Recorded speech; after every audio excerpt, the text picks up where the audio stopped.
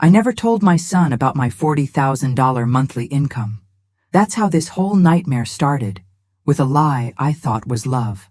For 28 years, I watched Marcus grow up thinking his mother was just another struggling single parent in Ashbourne, working double shifts at the local diner, clipping coupons, and shopping at thrift stores. He never knew that the modest two-bedroom apartment we called home was paid for in cash, or that I owned the entire building. He never knew that while he was doing homework at our kitchen table, I was running board meetings from my bedroom, managing a financial consulting empire that stretched across 3 states. My name is Celeste Washington, and I built my fortune from absolutely nothing. Started with a $100 loan from my grandmother, and turned it into something that would make those Wall Street boys weep with envy. But I learned early that money changes people, and I'd be damned if it changed my son. So I lived a double life. During the day, I was Celeste the waitress, serving coffee and pretending to worry about rent. At night, after Marcus fell asleep, I became the woman who controlled millions, the one whose signature could make or break entire companies. I drove a beat-up Honda to parent-teacher conferences while my Mercedes stayed hidden in a private garage across town. I wore Target clothes to school events while my designer suits hung in a closet Marcus never knew existed. Was it crazy? Maybe. But I wanted him to understand struggle, to value hard work, to never take anything for granted. I wanted him to be a good man. And he was. Marcus grew up kind, humble, hard-working. He earned scholarships, worked part-time jobs, and treated everyone with respect regardless of their background. I was so proud watching him become the man I'd hoped he'd be. When he graduated college and landed a job at a marketing firm, I nearly cried with joy. When he started dating Bethany Harrington, I was happy for him. I should have paid more attention to that last name. Bethany seemed sweet enough at first. Blonde, petite, with one of those soft voices that made everything sound like a question.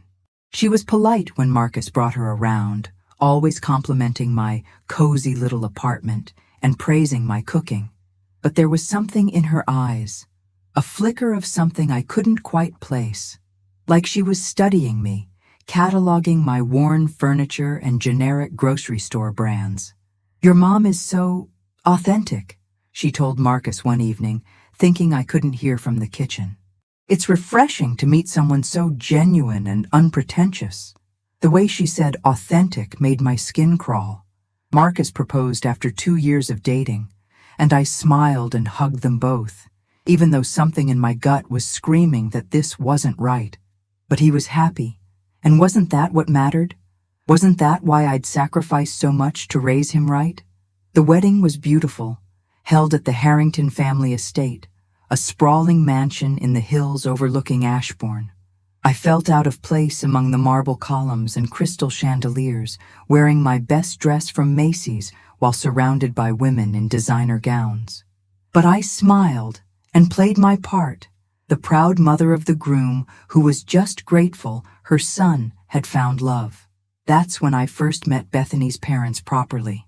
Richard Harrington III, because of course there were 3 of them, was a tall, silver-haired man who owned half the commercial real estate in the county. His wife, Patricia, looked like she'd stepped off the pages of a society magazine, every blonde hair perfectly in place, every gesture calculated for maximum impact.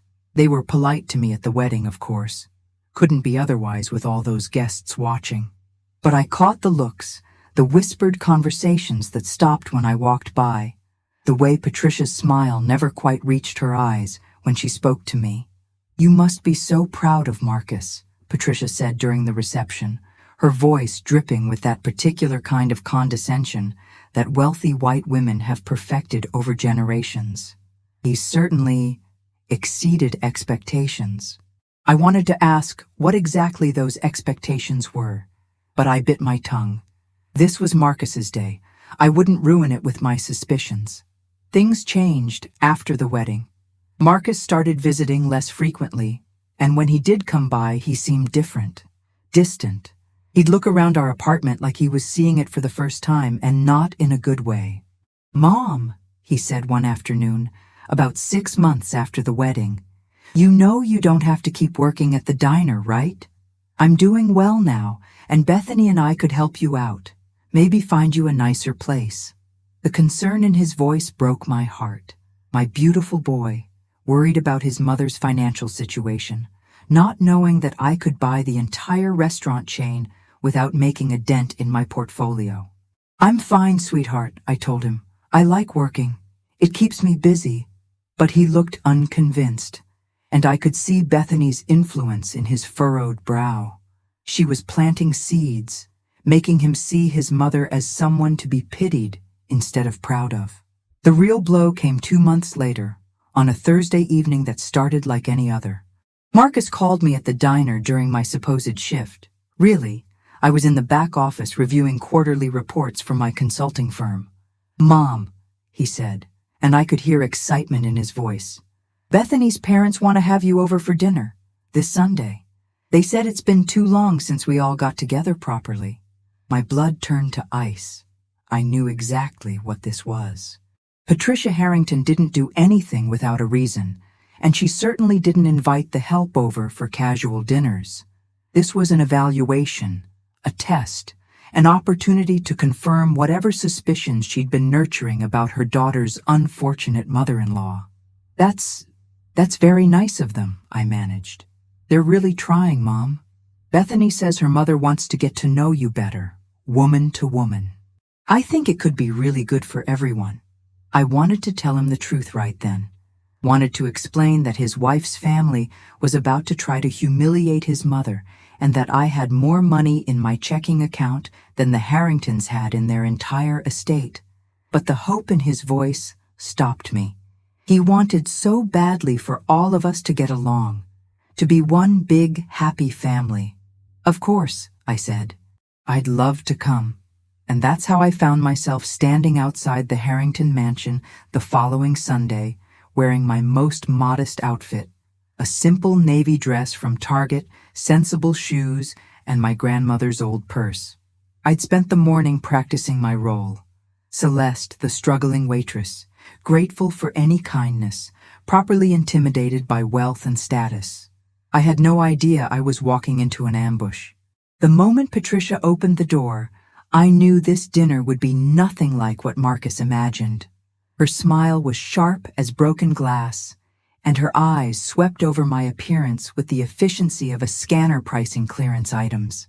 "Celeste!" she exclaimed, loud enough for the neighbors to hear. "How lovely to see you. Please, come in. Don't worry about your shoes. The floor is very durable." The insult was so subtle that Marcus, standing behind her, didn't even catch it. But I did. Message received. I was the kind of person whose shoes might damage their precious floors. "Thank you so much for having me," I replied, adding just a touch of nervous gratitude to my voice.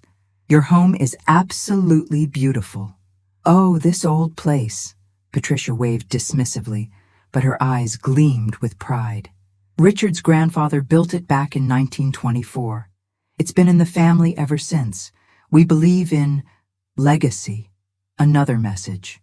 They had old money, generational wealth, the kind of pedigree that couldn't be bought, unlike some people. Richard appeared from what I assumed was his study, wearing a sweater that probably cost more than most people's rent. His handshake was firm but brief, like he was afraid poverty might be contagious. "Celeste, wonderful to see you again. Marcus tells us you're still working at that little diner downtown. How admirable." The pause before admirable spoke volumes.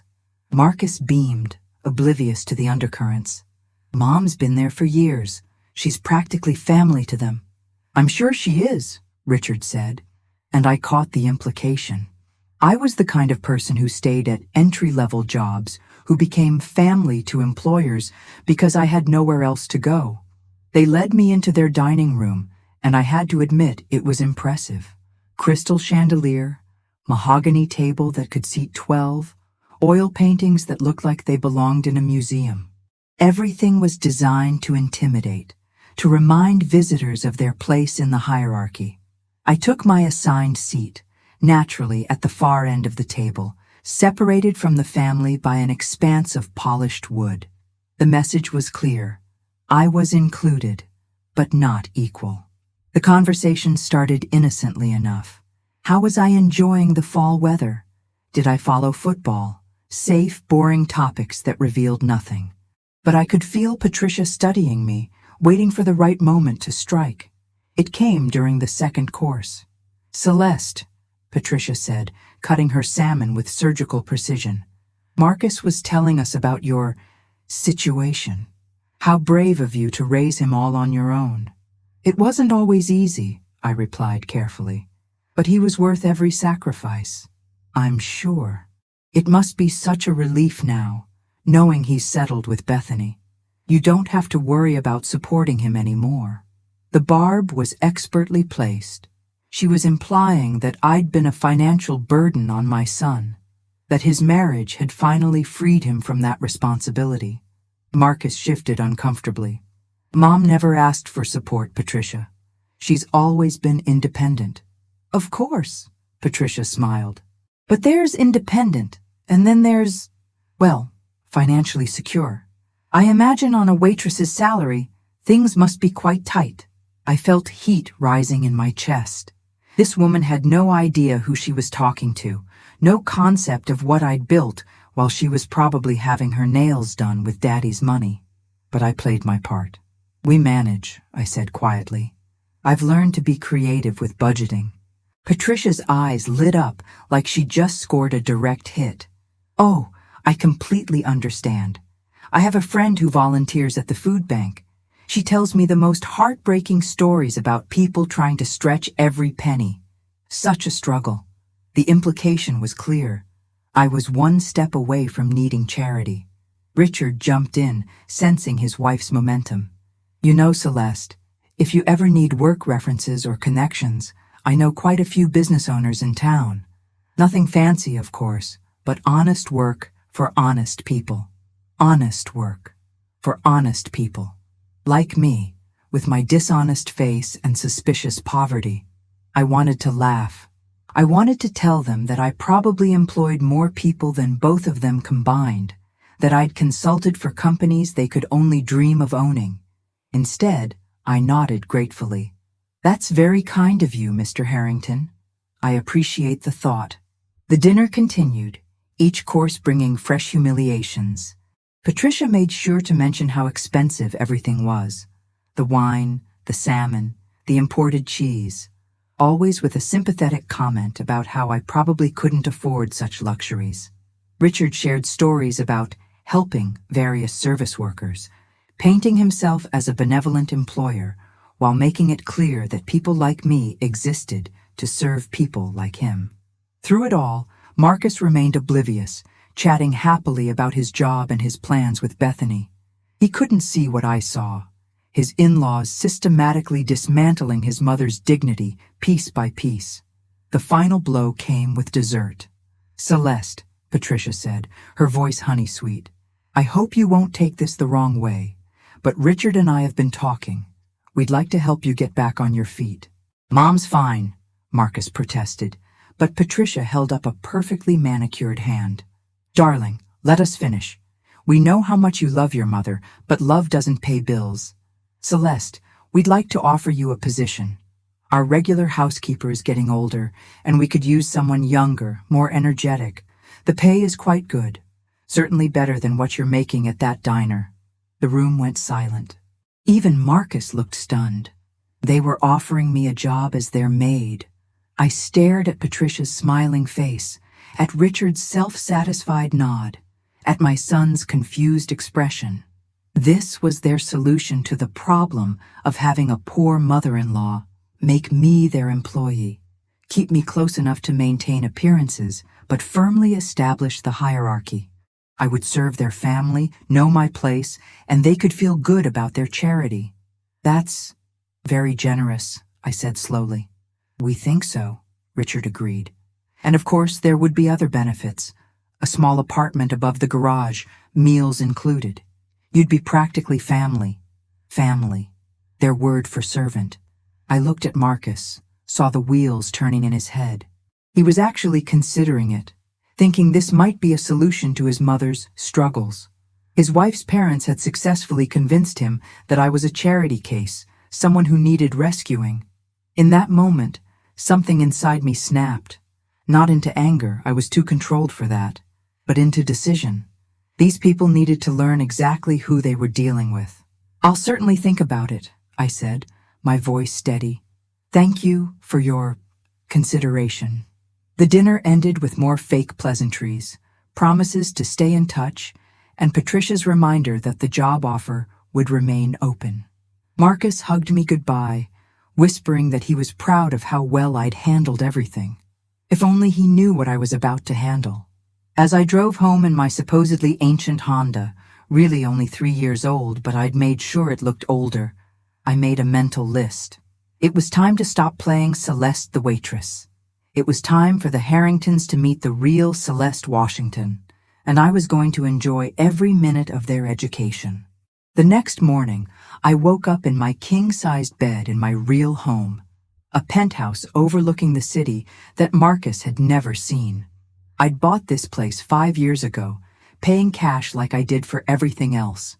Floor-to-ceiling windows, marble countertops, a walk-in closet bigger than the apartment Marcus thought I lived in. This was where Celeste Washington actually lived, not in that carefully maintained set piece across town where I performed my role as the struggling single mother. But today, lying in Egyptian cotton sheets worth more than most people's monthly salary, I felt more tired than I had in years. The Harringtons' dinner party had taken something out of me, not because their insults had hurt, but because I'd watched my son absorb every word they said about his mother and accept it as truth. I made coffee in my high-end espresso machine and stood at the window looking down at the city I'd helped build.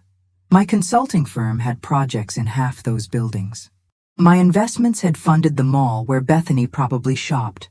My financial advice had saved more companies than Richard Harrington had ever owned. And none of it mattered to my son because he didn't know it existed. My phone buzzed. A text from Marcus. "Thanks for being so gracious last night, Mom. I know it wasn't easy.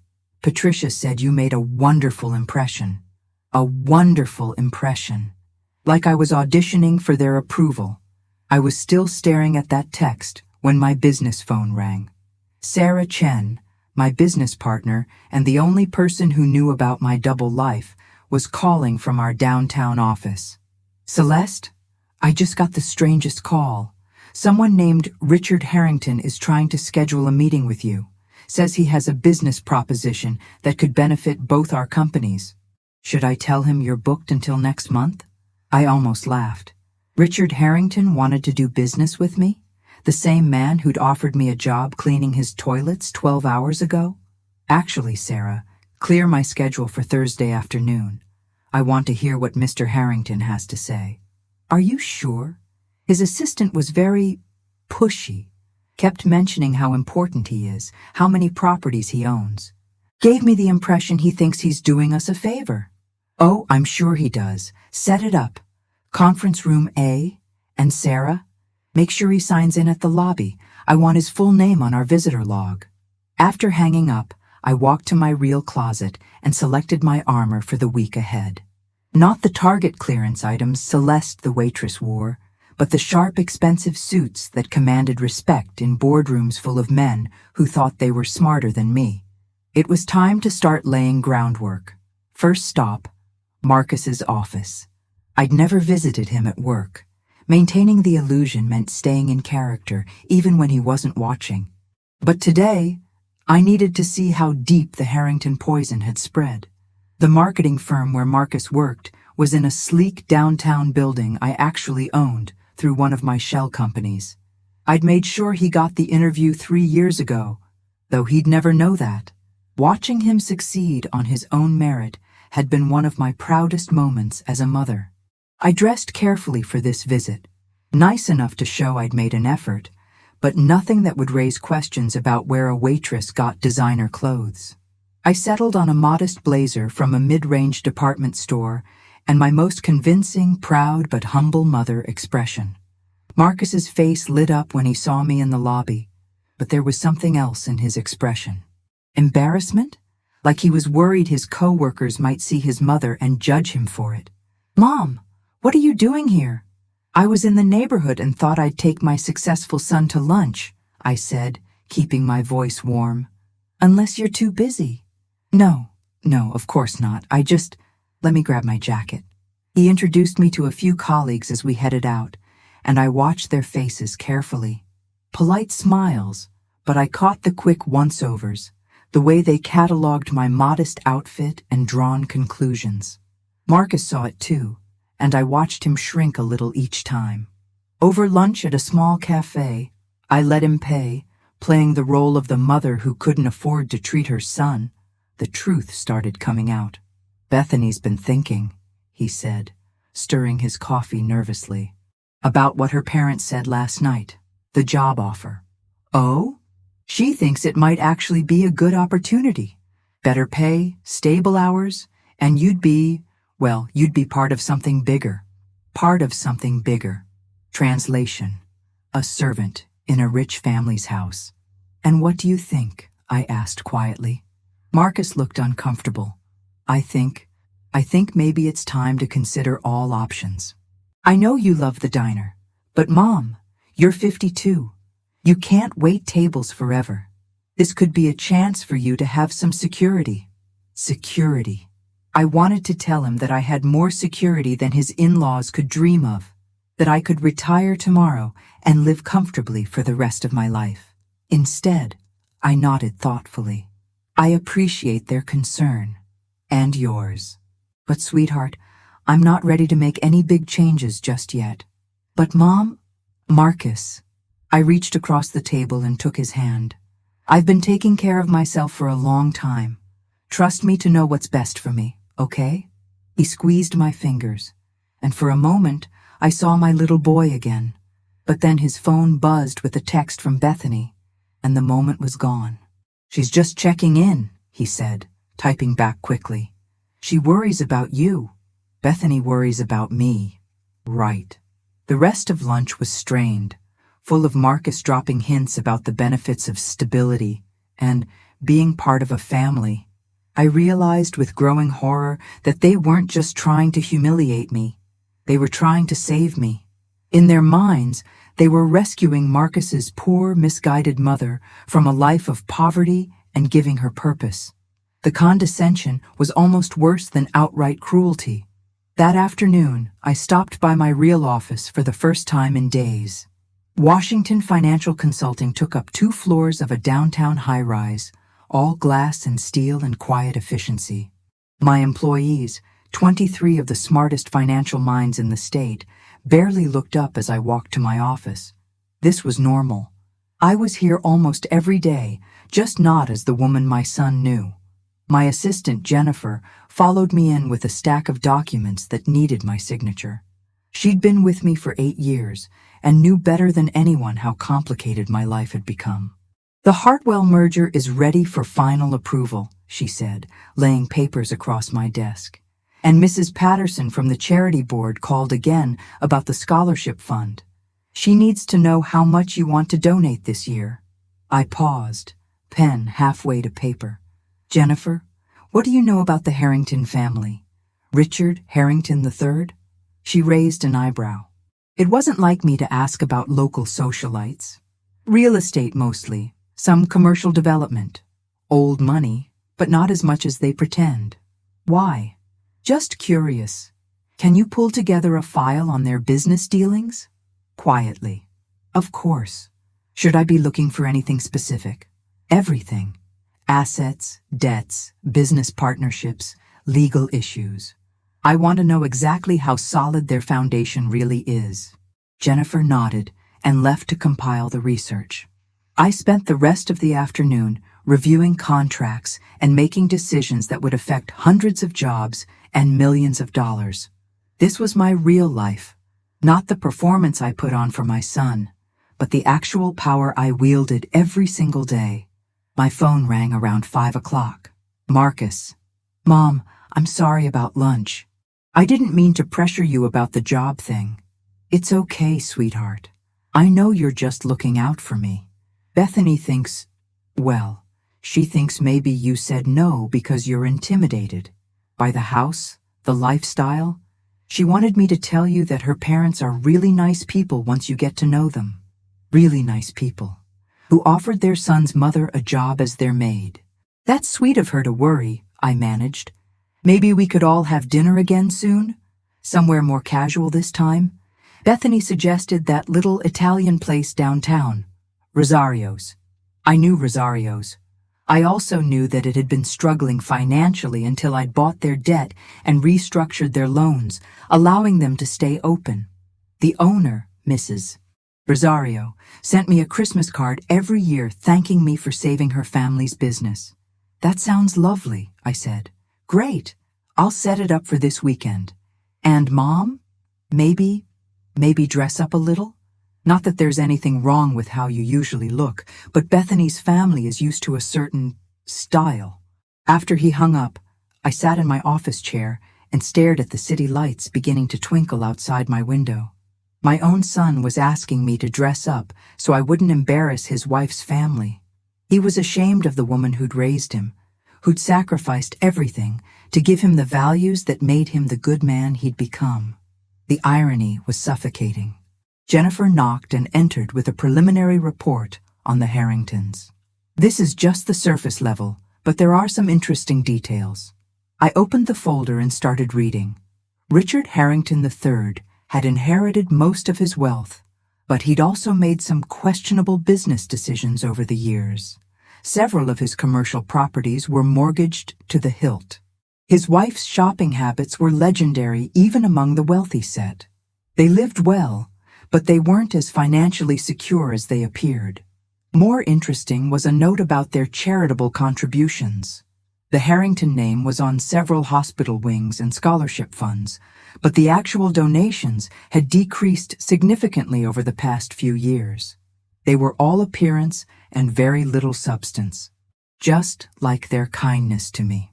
Keep digging, I told Jennifer. I want to know everything. That night, back in my modest apartment, the one Marcus knew about, I sat at my small kitchen table and planned my next move. The Harringtons thought they were dealing with a simple woman who could be bought with their charity and intimidated by their wealth. They had no idea that they were playing chess with someone who'd been making strategic moves since before Bethany was born. But I had to be careful. This wasn't just about revenge. It was about my son. Whatever I did, Marcus could never be hurt by it. He was innocent in all of this. A good man who'd fallen in love with the wrong woman and gotten caught up with the wrong family. My phone buzzed with another text from him. Love you, Mom. Thanks for understanding about everything. Understanding. He thought I understood their position, accepted their charity, appreciated their condescension. He had no idea what his mother was about to unleash. I looked around the apartment that had been my prison for so many years, the place where I'd hidden my true self to teach my son humility and values. It had served its purpose, but the lesson was over. It was time for Celeste Washington to step out of the shadows. And when I did, the Harrington family was going to learn exactly what happened when you underestimated a woman like me. I opened my laptop and started typing an email to Sarah Chen. Thursday's meeting with Richard Harrington was going to be very interesting indeed. Thursday afternoon came faster than I expected, and I was ready. I arrived at my own office building at exactly 2:45 p.m., 15 minutes before Richard Harrington's scheduled appointment. But instead of taking my private elevator to the executive floor, I walked through the main lobby like any other visitor. I wanted to see this meeting from his perspective, at least initially. I'd chosen my outfit carefully, a charcoal gray Armani suit that had cost more than most people's monthly salary, paired with shoes that whispered rather than clicked, and jewelry that spoke of quiet wealth rather than flashy status. My hair was pulled back in a sleek chignon, and my makeup was flawless but understated. This was Celeste Washington, CEO, not the woman who'd sat at their dinner table 4 days ago, begging for scraps of respect. At exactly 3 p.m., Richard Harrington III walked through the front doors of my building. He looked every inch the successful businessman in his expensive suit and confident stride. His assistant, a young man who probably cost more than Richard could actually afford, carried a leather briefcase and maintained the kind of professional demeanor that suggested this was a very important meeting with very important people. I watched from my position near the coffee shop as Richard approached the reception desk, announced himself, and signed the visitor log with a flourish. He looked around the lobby approvingly, no doubt impressed by the marble floors and modern art installations. This was clearly the kind of place where serious money changed hands. He had no idea how serious. "Mr. Harrington?" I stepped forward, extending my hand with a professional smile. "I'm Celeste Washington. Thank you for coming today." The look on his face was worth everything I'd endured at that dinner party. Richard Harrington III stared at me like I was a mirage, his mouth slightly open, his confident handshake faltering mid-squeeze. I watched the gears turning in his head, trying to reconcile the woman in front of him with the humble waitress he'd offered a housekeeping job to 4 days ago. You, Miss Washington?" He looked around the lobby as if searching for hidden cameras. "But you're the poor single mother who needs your charity?" I smiled warmly, but my eyes stayed cold. "Come on up to my office, Richard. We have quite a bit to discuss." The elevator ride to the 20th floor was magnificent in its silence. Richard kept stealing glances at me, his face cycling through confusion, disbelief, and the first stirrings of panic. His assistant looked between us uncertainly, clearly sensing that something was very wrong, but not understanding what. "Here we are," I said, as the doors opened to reveal the executive floor. "Welcome to Washington Financial Consulting." The nameplate on the wall was impossible to miss. Celeste Washington, founder and CEO. Below it, in smaller letters, "Building a legacy of financial excellence since 2003.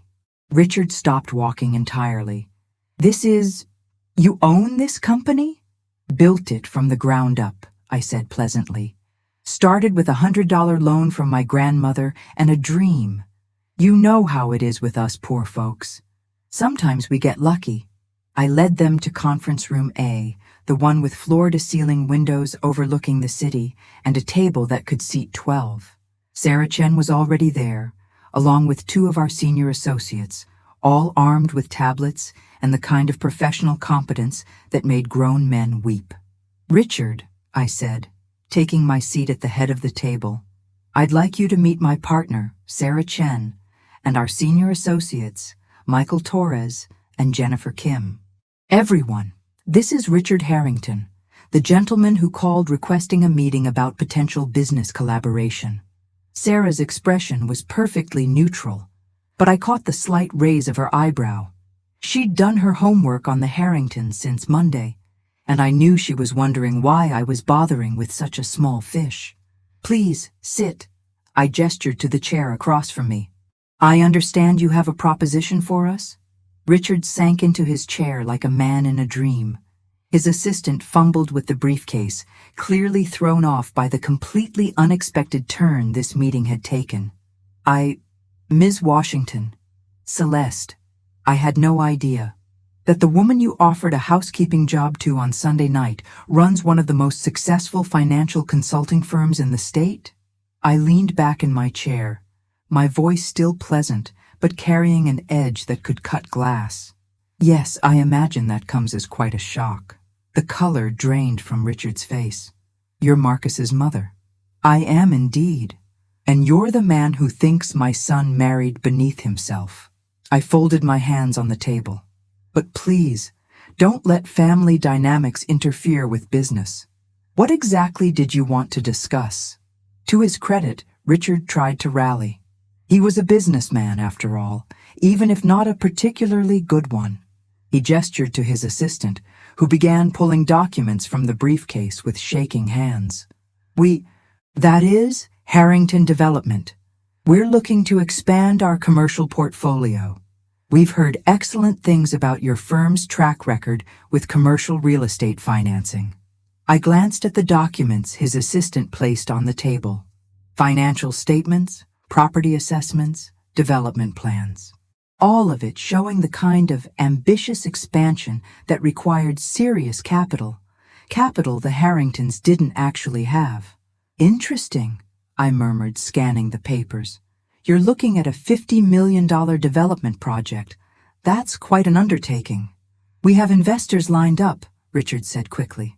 But we need a consulting firm with the right connections, the right expertise to help structure the financing. I looked up at him, and for just a moment, let my mask slip. Let him see the woman who'd built an empire while he was playing with Daddy's money, who'd turned a $100 loan into a multi-million-dollar company while he was inheriting his way to mediocrity. Richard, I said softly, do you know what my monthly income is? He shook his head, unable to speak. $40,000 every month. That's just my base salary from this company. It doesn't include investment returns, consulting fees, or dividends from the various businesses I own. I paused, letting that sink in. You offered me a job cleaning your house for what, $8 an hour? The silence in the room was deafening. Sarah and the associates were staring at me with carefully controlled expressions, probably wondering if I'd finally lost my mind. Richard looked like he was about to be sick. The woman you met on Sunday night, I continued. The one you and your wife spent an entire evening condescending to, insulting, and trying to turn into your charity case? She doesn't exist. That was a performance, Richard. A test. And you failed it spectacularly.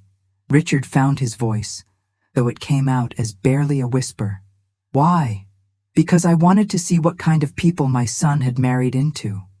I wanted to know if the family that would raise my future grandchildren had any decency, any basic human kindness. I stood up, and the power suit made me feel 10 feet tall. I discovered that they don't. But the apartment, the job at the diner, Richard was grasping for explanations. All real. I do own that apartment building, bought it cash 15 years ago. I do work at the diner. I bought it last year when the original owner was facing bankruptcy. The modest lifestyle? That was a choice, Richard. I wanted my son to understand the value of hard work, to appreciate what he had, to treat everyone with respect, regardless of their circumstances. I walked to the window, looking out at the city below. He learned those lessons well. Too well, apparently, because he's genuinely worried about his poor mother who can't afford to take care of herself. Celeste, Richard started, but I held up a hand. Ms. Washington, please. We're not family friends, Richard. We're not even acquaintances. You're a man who spent an evening trying to humiliate someone you thought was beneath you, and I'm someone who doesn't forget that kind of behavior. I turned back to face him, and I could see the exact moment when the full implications of his situation hit him. Here he was, asking for help from the woman he'd insulted, the woman whose son he was trying to turn against her, the woman who now held his business proposal and possibly his financial future in her hands. Your development project, I said, walking back to the table and picking up his financial statements. It's ambitious, risky, the kind of investment that could make or break a company like yours. Yes, he said carefully. The kind of project that would require the backing of someone with serious financial resources and excellent industry connections. I smiled. Someone like me. Richard's Adam's apple bobbed as he swallowed hard. Would you consider working with you? I laughed, and it wasn't a pleasant sound. Richard, after what I witnessed on Sunday night, I wouldn't trust you to wash my car, let alone handle a $50 million development project. I gathered up his documents and handed them back to his assistant. But I'll tell you what I'm going to do. I'm going to have my people do a very thorough review of your company's finances. Every loan, every investment, every business relationship. Because you see, when someone treats my family poorly, I like to know exactly where they stand. The threat was subtle, but unmistakable. In the financial world, a thorough review by someone with my connections could expose all kinds of uncomfortable truths. That's not necessary, Richard said quickly. "I think there's been a misunderstanding." "Oh, there's been no misunderstanding." I sat back down, and suddenly I wasn't the humble waitress or even the successful businesswoman. I was something much more dangerous, a mother protecting her child. "You and your wife made your position very clear on Sunday. You think my son married beneath himself. You think I'm a burden he needs to be rescued from. You think you can buy my gratitude with your charity and my compliance with your condescension." I leaned forward, my voice dropping to a whisper that somehow carried more weight than any shout could have. "You were wrong about all of it." Richard's face had gone from pale to gray. "What do you want? Right now? I want you to leave my office. I want you to go home to your wife and explain that the poor, pathetic woman you insulted on Sunday night is the same person you just begged for help. I want you to think very carefully about how you plan to treat my son and me going forward. And if we apologize, if we try to make this right." I considered this for a moment, then shook my head. "Richard, you can't apologize for who you are. Sunday night wasn't a mistake. It was a revelation. You showed me exactly the kind of people you and Patricia are when you think no one important is watching." I stood up again, signaling the end of the meeting. "My assistant will see you out. And Richard, you might want to start looking for alternative financing for your development project. I have a feeling you're going to need it." Sarah and the associates filed out, leaving me alone with Richard and his terrified assistant. Richard looked like a man who just realized he'd been walking through a minefield in tap shoes. "This isn't over," he said, though there was no conviction in his voice. "Oh, but it is," I replied. "At least, the part where you had any power in this relationship is over. What happens next depends entirely on how you choose to treat my family." After they left, I sat alone in the conference room, looking out at the city I'd helped build. My phone buzzed with a text from Marcus. "Can't wait for dinner Saturday. Bethany's so excited to spend more time with you." I wondered what Bethany would think when her father came home and told her the truth about the woman she'd been pitying all week. I wondered how long it would take for them to realize that their comfortable little world of inherited privilege and casual cruelty had just collided with something far more powerful than they'd ever imagined. But most of all, I wondered if my son would finally see his in-laws for who they really were, or if love would continue to blind him to their true nature. I was about to find out. Saturday's dinner was going to be very interesting indeed. Saturday evening arrived like a storm I could see coming from miles away. I'd spent 2 days watching my phone, waiting for Marcus to call and cancel dinner. Surely Richard had told his family what happened at Thursday's meeting. Surely they'd realized that having dinner with the woman they'd insulted was no longer a wise idea. But Marcus never called. Instead, I got a cheerful text at 3 o'clock. "Looking forward to tonight? Bethany made reservations for 7 p.m. She's been talking about it all week." So either Richard hadn't told them, or they'd decided to brazen it out. Either way, tonight was going to be explosive. I stood in my real closet, selecting my armor for battle. Not too expensive. I was still supposed to be the struggling waitress in Marcus's eyes, but nice enough to send a subtle message to anyone who knew how to read the signs. I settled on a black dress that looked modest but had cost more than Patricia Harrington spent on shoes in a month. The drive to Rosario's was surreal. I knew this restaurant intimately, not just as the woman who'd saved it from bankruptcy, but as someone who'd eaten here countless times with business associates and clients. Mrs. Rosario would recognize me the moment I walked in, and I was curious to see how that played out. Marcus and Bethany were already seated when I arrived, along with both of Patricia's parents. The sight of Richard's face when he saw me walk through the door was almost worth everything I'd endured, he'd told them. Patricia's smile was so strained it looked painful, and her hands were clenched in her lap like she was physically restraining herself. Bethany looked confused, glancing between her parents and me as if trying to solve a puzzle. Only Marcus seemed genuinely happy to see me, standing up to give me a hug. "Mom, You look beautiful. I love that dress. Thank you, sweetheart. I kissed his cheek and took the seat across from Patricia, meeting her eyes with a calm smile. Patricia, Richard, so lovely to see you again. The tension at the table was thick enough to cut with a knife. Richard was staring at his menu like it contained the secrets of the universe, while Patricia's smile looked like it might crack her face in half. Celeste, Patricia said through gritted teeth. How unexpected to see you again so soon. Well, when my son wants to have dinner with his family, I make time.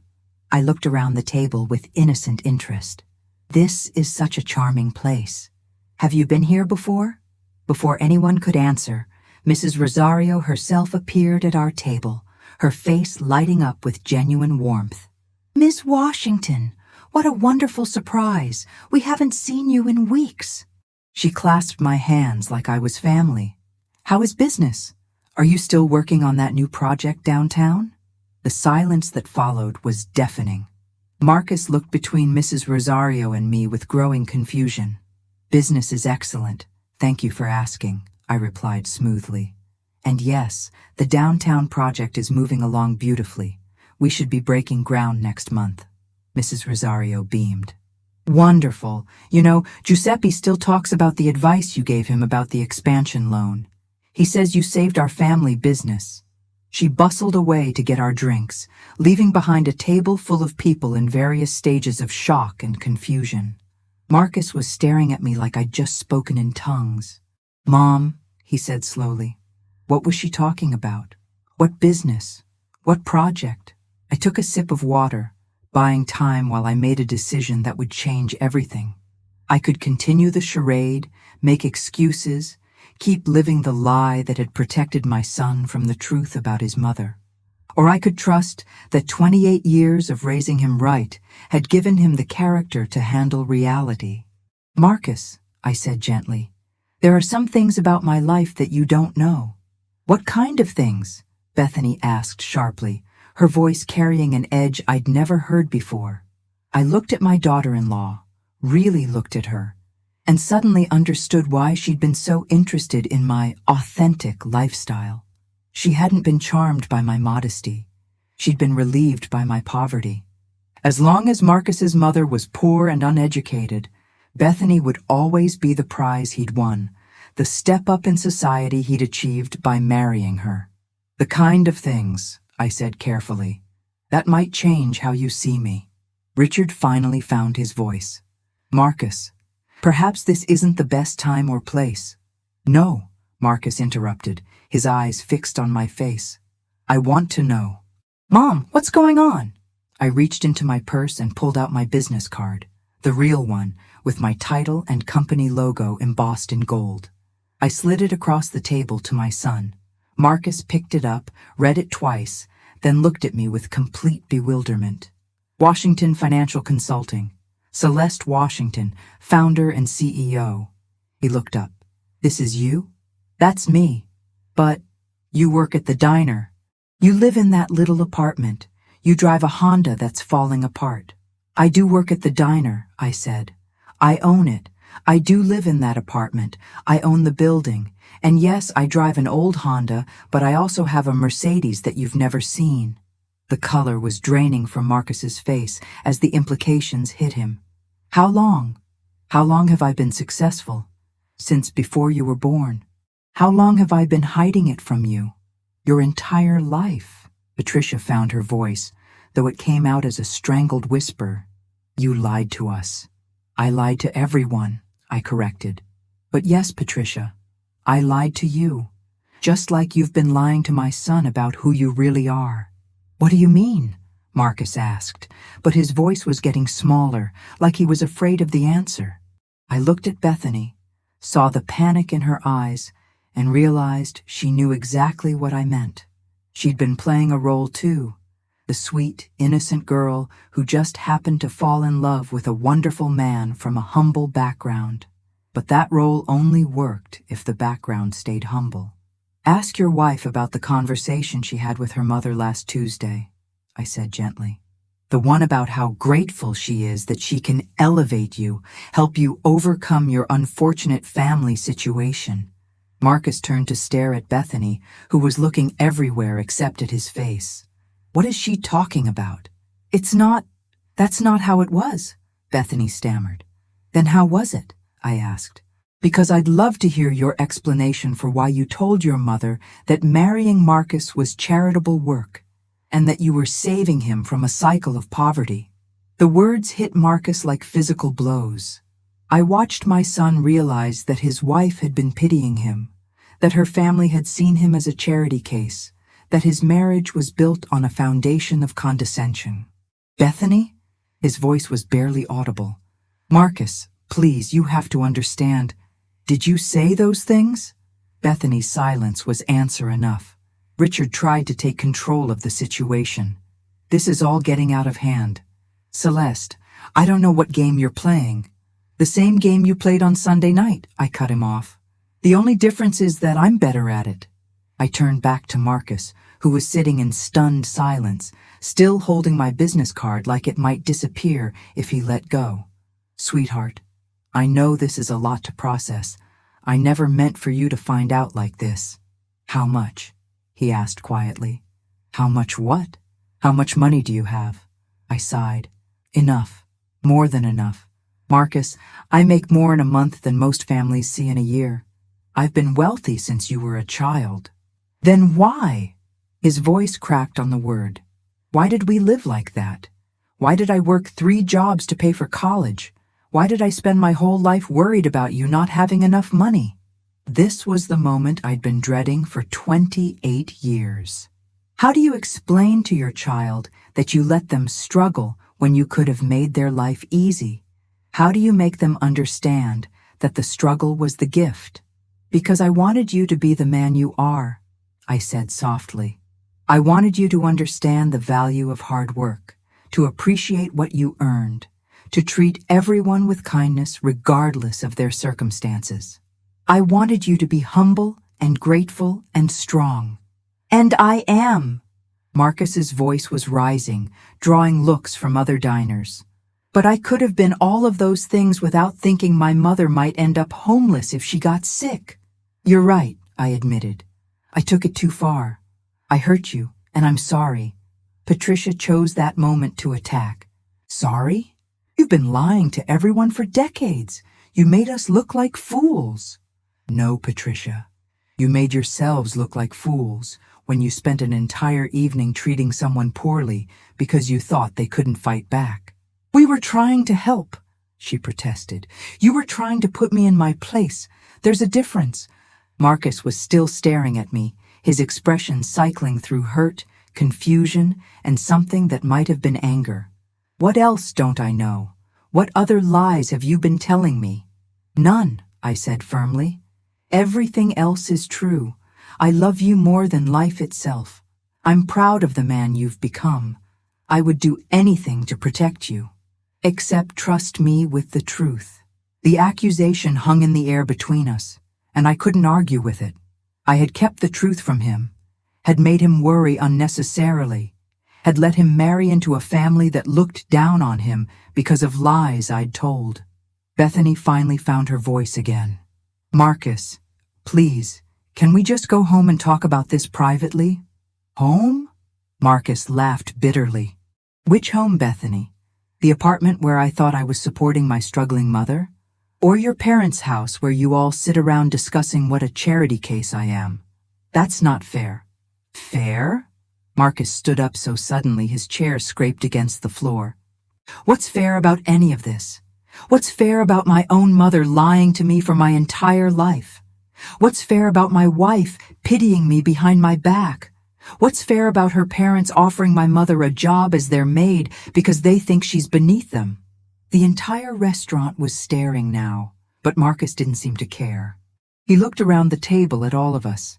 His lying mother, his condescending in-laws, his wife who'd seen him as a project instead of a partner. I need air, he said. I need to think. He walked out of the restaurant without looking back, leaving the rest of us sitting in the wreckage of 2 decades of carefully constructed lies. Patricia rounded on me immediately. Are you satisfied? You've destroyed your son's marriage. I didn't destroy anything, I replied calmly. I revealed what was already broken. We could have worked this out quietly. There was no need for this public humiliation. The way you worked things out quietly on Sunday night? When you spent 3 hours humiliating someone you thought couldn't defend themselves? Bethany was crying now, mascara streaming down her cheeks. He'll never forgive me. He'll never forgive any of us. Maybe not, I agreed. But at least now he knows the truth about all of us. He can make his decisions based on reality instead of lies. I stood up, placing enough cash on the table to cover everyone's meal, a gesture that wasn't lost on anyone present. For what it's worth, Bethany, I think Marcus really loved you. If you'd loved him back instead of trying to save him, this might have ended differently.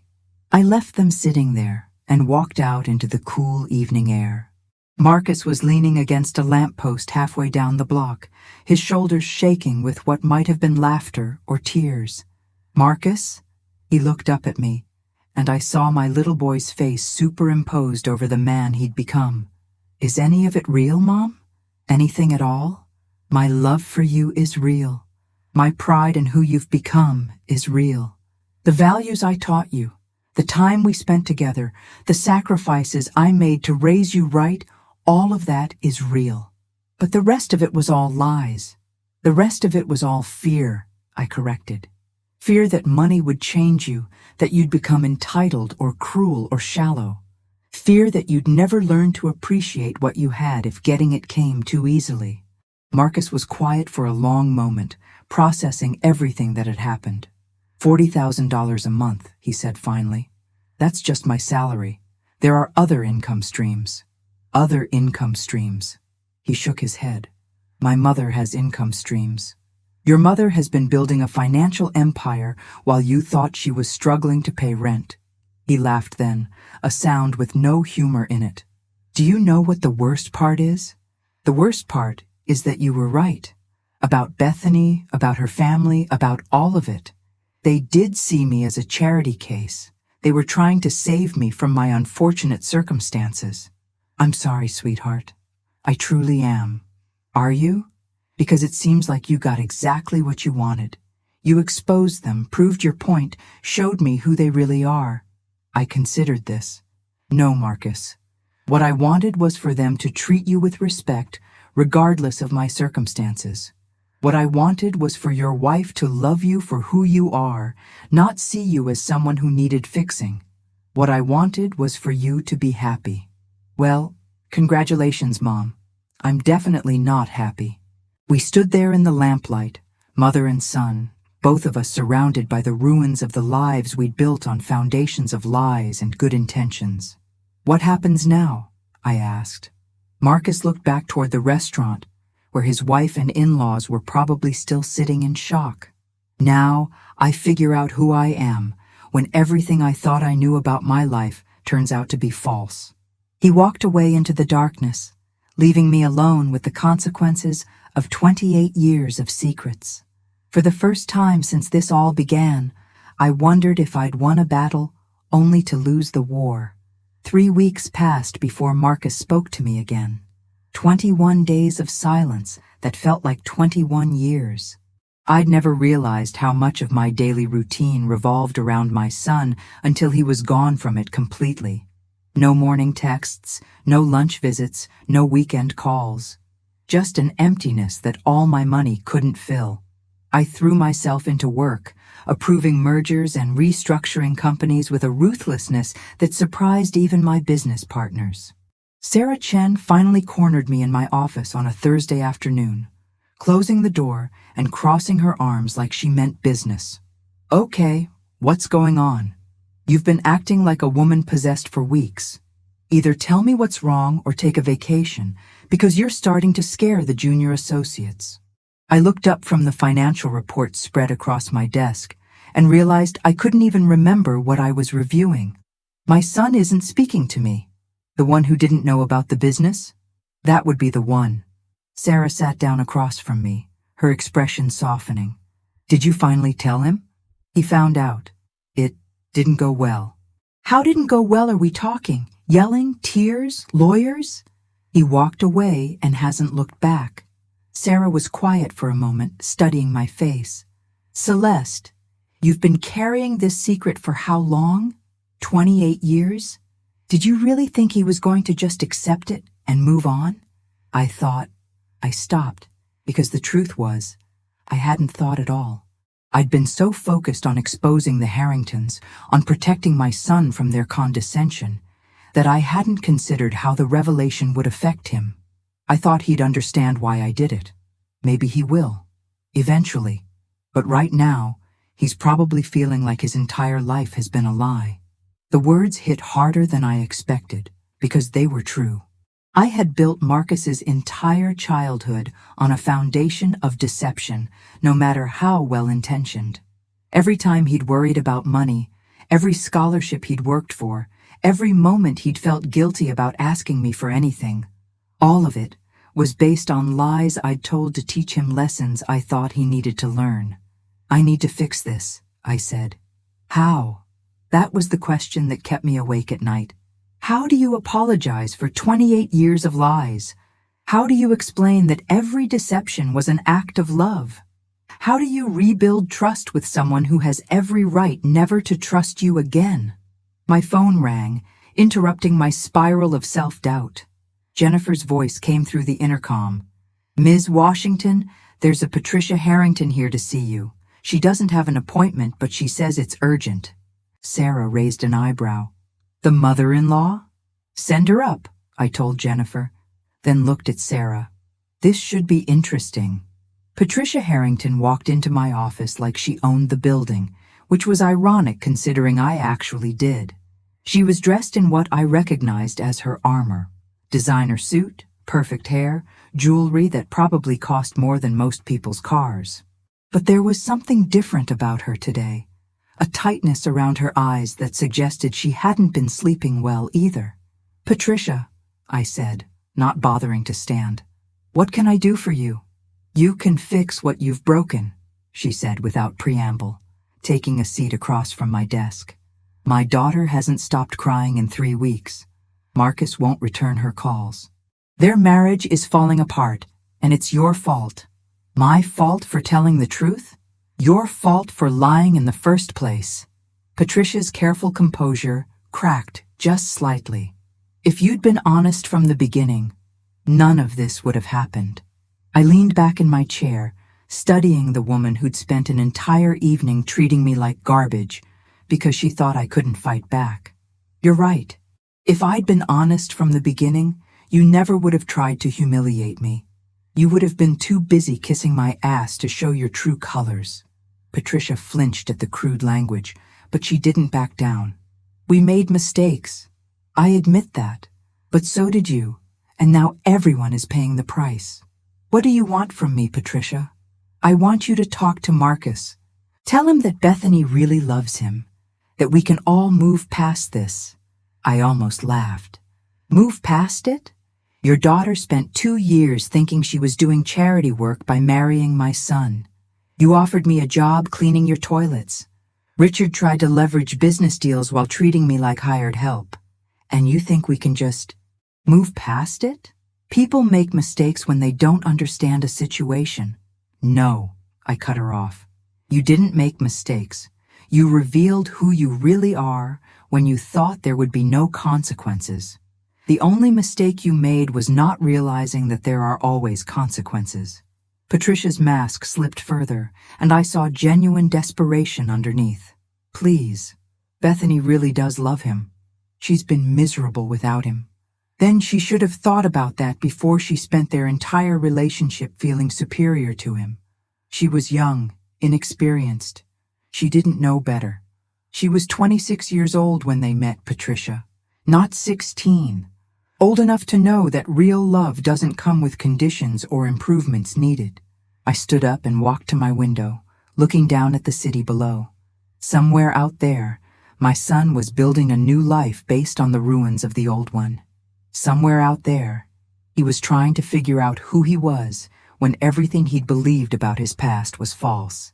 You know what the real tragedy is? I said without turning around. Marcus really did love her. If Bethany had loved him back, really loved him, not the project she thought she could turn him into, they might have survived this. But you can't build a marriage on pity and condescension. She can change. We all can. I turned to face Patricia, and for the first time since she'd walked in, I felt something like sympathy for her. She was a mother too, watching her child suffer and trying desperately to fix it. Can you, though? Can you really look at Marcus now, knowing who he is and where he comes from, and see him as an equal? Can Bethany really love a man she thought she was rescuing? Patricia opened her mouth to answer, then closed it again. The silence stretched between us, filled with the weight of truths neither of us wanted to acknowledge. I should go, she said finally. Patricia. She stopped at the door and looked back. For what it's worth, I am sorry that Bethany is hurting. I never wanted to cause her pain, but I won't apologize for protecting my son from people who saw him as less than he is. After she left, I sat alone in my office as the sun set over the city. Sarah had gone home hours ago, along with most of the staff. The building was quiet except for the hum of computers and the distant sound of traffic far below. I thought about Marcus as a little boy, the way his face would light up when I came home from my double shift at the diner.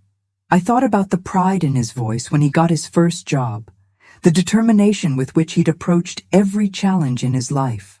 I thought about the man I'd raised, kind, hardworking, humble, strong. Had I destroyed him in my attempt to create him? My phone buzzed with a text message. For a moment, my heart leaped with the hope that it might be Marcus. Instead, it was from an unknown number. This is Marcus. Can we talk? Tomorrow, 2 p.m., Riverside Park, if you want to. I stared at that message for 10 minutes, reading it over and over, analyzing every word choice for clues about his emotional state. The formality of it, this is Marcus, instead of just assuming I'd recognize his number, suggested distance. But he wanted to talk, which was more than I dared hope for. I texted back, I'll be there. The next day, I arrived at Riverside Park 30 minutes early and found a bench overlooking the river. This was where I'd brought Marcus as a child, where we'd fed ducks and talked about his dreams for the future. It seemed fitting that we'd have this conversation here, in a place that held only good memories. Marcus appeared at exactly 2 p.m., walking toward me with the same purposeful stride I remembered from his childhood. He looked older than he had 3 weeks ago, like the weight of everything that had happened was aging him in real time. "Hi, Mom." The word Mom nearly broke me. I'd been afraid he might call me Celeste, that he'd decided I no longer deserved the title I'd held for 28 years. "Hi, sweetheart. Thank you for agreeing to see me." He sat down on the far end of the bench, maintaining distance between us. "I've been thinking about everything. About you, about Bethany, about what kind of person I am, and what kind of person I want to be." I waited, afraid that anything I said might shut down this fragile opening of communication. "I understand why you did it," he said finally. "I don't like it, and I'm still hurt by it, but I understand it. You wanted me to grow up humble and hardworking and grateful for what I had. Mission accomplished, I guess. Marcus, let me finish, please." His voice was gentle but firm. "I also understand that you were protecting me from people like the Harringtons. People who would have treated me differently if they'd known about your money. People who would have seen me as someone to use rather than someone to know." I nodded, not trusting my voice. "But Mom, you have to understand what this feels like from my side. Every time I worried about your health insurance, every time I felt guilty about asking you for help, every time I worked an extra shift to send you money for your birthday, all of those feelings were based on lies. You let me carry guilt that I never needed to carry." The accusation hit home because it was completely accurate.